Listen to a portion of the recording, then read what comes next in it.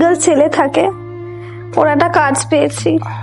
ওই রান্না বান্না করে দিতে হবে, একটু ঘরটা পরিষ্কার করে দিতে হবে, মাসে 4,000 টাকা করে দেবে। আমি ভাবছি আমি কাজটা করব। বলছিলাম সিঙ্গেল ছেলে, হ্যাঁ সিঙ্গেল ছেলে। অন্য কোনো কাজ নেই? এই বেশি পটর পটর করিস না তো। 3 মাস ধরে যে পা ভেঙে পড়ে আছিস, সংসারটা কি করে চলে ভাবছিস? যত সব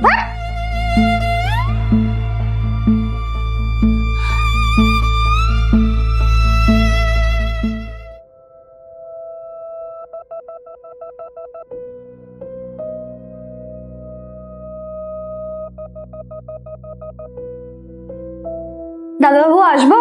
হ্যাঁ এসো।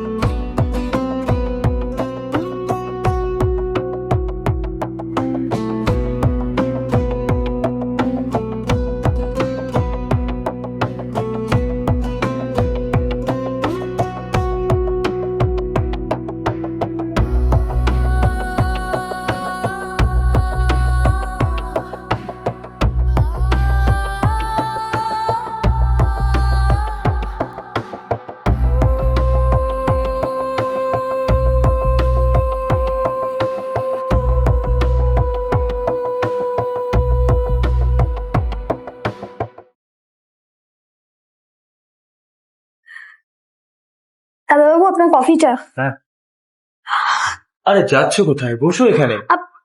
এখানে দাদাবাবু? বসতে বলেছি, বসো। বসে বসে তো বলছি, তুমি তোমার কফি আনলে না?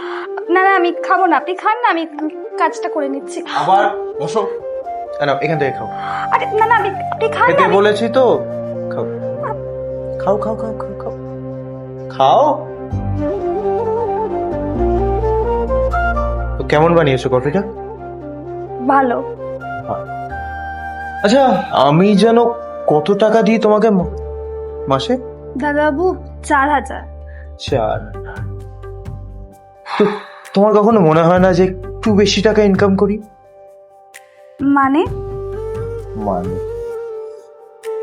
আচ্ছা, আমি যদি তোমাকে 15,000 টাকা মাসে দিই, তুমি আমার একটা কাজ করবে?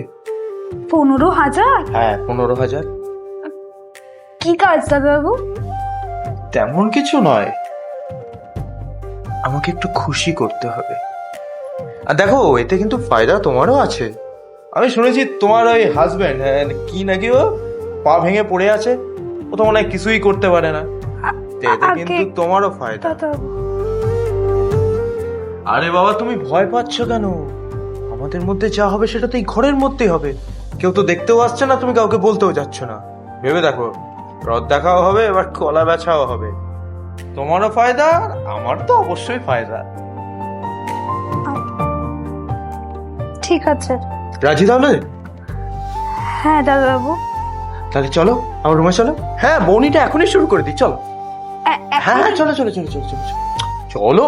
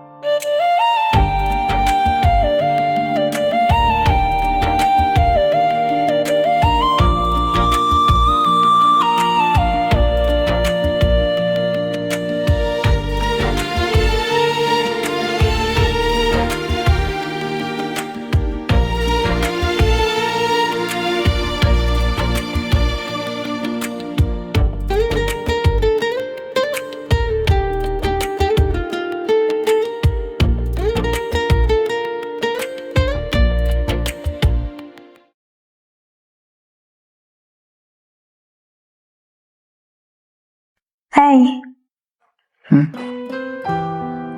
বলছি, একটা সুখবর আছে জানো? সুখবর? কি সুখবর বলো? আমি মা হতে চলেছি।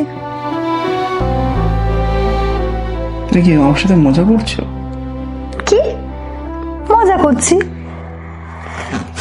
তোমার সাথে আমি মজা করতে যাবো কেন? তার মানে তুমি সত্যি বলছো? আরে বাবা, তো তোমার সাথে আমি মজা করতে যাবো কেন? ধ্যাৎ, যত সব, ভালো লাগে না।